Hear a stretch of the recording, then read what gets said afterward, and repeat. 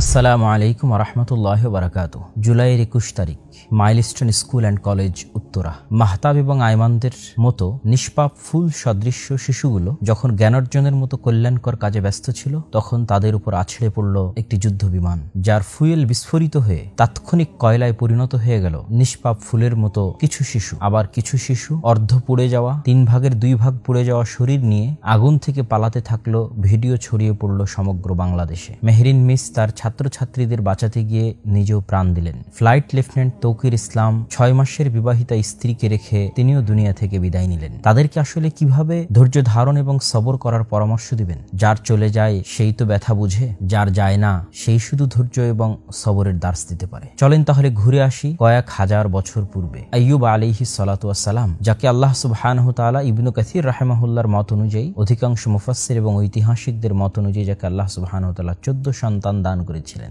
একদিনেই আল্লাহ সুবহানাহু তাআলা সেই 14 সন্তানকে উঠিয়ে নিলেন, তাদের মৃত্যু দান করলেন। আইয়ুব আলাইহিস সালাতু ওয়াস সালামের ধন সম্পদ শেষ হয়ে গেল, সন্তান সন্ততি শেষ হয়ে গেল, কিন্তু তিনি হতাশ হলেন না। তিনি ধৈর্য ধারণ করলেন, রবের ফায়সালার উপর সন্তুষ্ট থাকলেন। তার এই ধৈর্য আল্লাহ সুবহানাহু তাআলার এত পছন্দ হলো যে আল্লাহ সুবহানাহু তাআলা দীর্ঘদিন পরে, ঐতিহাসিকদের এবং মুফাসসিরদের মত অনুযায়ী দীর্ঘ 18-20 বছর পরে, আল্লাহ সুবহানাহু তাআলা আইয়ুব আলাইহিস সালাতু ওয়াস সালামকে তার সম্পদ এবং তার সন্তান সন্ততি দ্বিগুণ ভাবে ফিরিয়ে দিলেন। আশ্চর্য হচ্ছেন? আল্লাহ সুবহানাহু তাআলা পবিত্র কোরআন মাজিদে বলেন, ওয়া আইয়ুবু ইয নাদা রাব্বাহু আন্নী মাসসানিয়াদ দুররু ওয়া আনতা আরহামুর রাহিমিন। আইয়ুব যখন আল্লাহকে ডেকে বললেন, হে আল্লাহ, আমি অনেক কষ্টে আছি আর আপনি অনেক দয়ালু, তখন আল্লাহ সুবহানাহু তাআলা উত্তরে কি বলছেন জানেন? ফাস্তাজাবনা লাহু ফাকাশাফনা বিহি মিন দুররিন। আমরা আইয়ুবের দোয়া কবুল করলাম এবং তার দুঃখ কষ্ট সরিয়ে দিলাম। শুধু কি তার দুঃখ কষ্ট সরিয়ে দিলাম? আল্লাহ সুবহানাহু তাআলা আরো বলেন, ওয়া আতাইনাহু আহলাহু ওয়া মিসলাহুম মাআহুম। আমি আইয়ুবকে তার পরিবার ফিরিয়ে দিলাম এবং সে যা কিছু হারিয়ে ফেলেছিল তার সব ফিরিয়ে দিলাম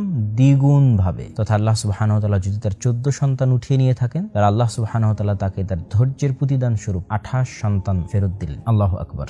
সূরা আম্বিয়া 83 ও 84 নম্বর আয়াত। আমরা তো অনেকেই বলি পিতার জীবদ্দশায় সন্তানের লাশের বোঝা নাকি অনেক ভারী হয়। চলেন দেখি পৃথিবীর সর্বশ্রেষ্ঠ মানুষ মুহাম্মদ সাল্লাল্লাহু আলাইহি ওয়াসাল্লাম, তিনি তার জীবদ্দশায় 6 জন সন্তানকে কাফন এবং দাফন করিয়েছেন, যেখানে তার সন্তান সন্ততি ছিলই মোট 7 জন। তথা রাসূলুল্লাহ সাল্লাল্লাহু আলাইহি ওয়াসাল্লাম যখন দুনিয়া থেকে বিদায় নিচ্ছেন, তখন শুধু তার একজন কন্যা ফাতেমা বেঁচে আছে। যায়েনাব, উম্মে কুলসুম, রুকাইয়া সহ তার সন্তান ইব্রাহিম সহ বাকি 6 জনকে তিনি তার জীবদ্দশায় আল্লাহ সুবহানাহু তাআলা তার থেকে উঠিয়ে নিয়েছেন। 6 জন। আপনাদের কতজন তার 6 জন সন্তানকে হারিয়েছেন? শুধু কি তাই, এমন এক ব্যক্তি তার 6 জন সন্তানকে তার জীবদ্দশায় হারিয়েছেন, যিনি তার জন্মের পূর্বে তার পিতাকে হারিয়েছেন, যিনি তার 6 বছর বয়সে মাকে হারিয়েছেন, 8 বছর বয়সে দাদাকে হারিয়েছেন, নবুয়তের 10ম বছরে তার চাচা পিতৃতুল্য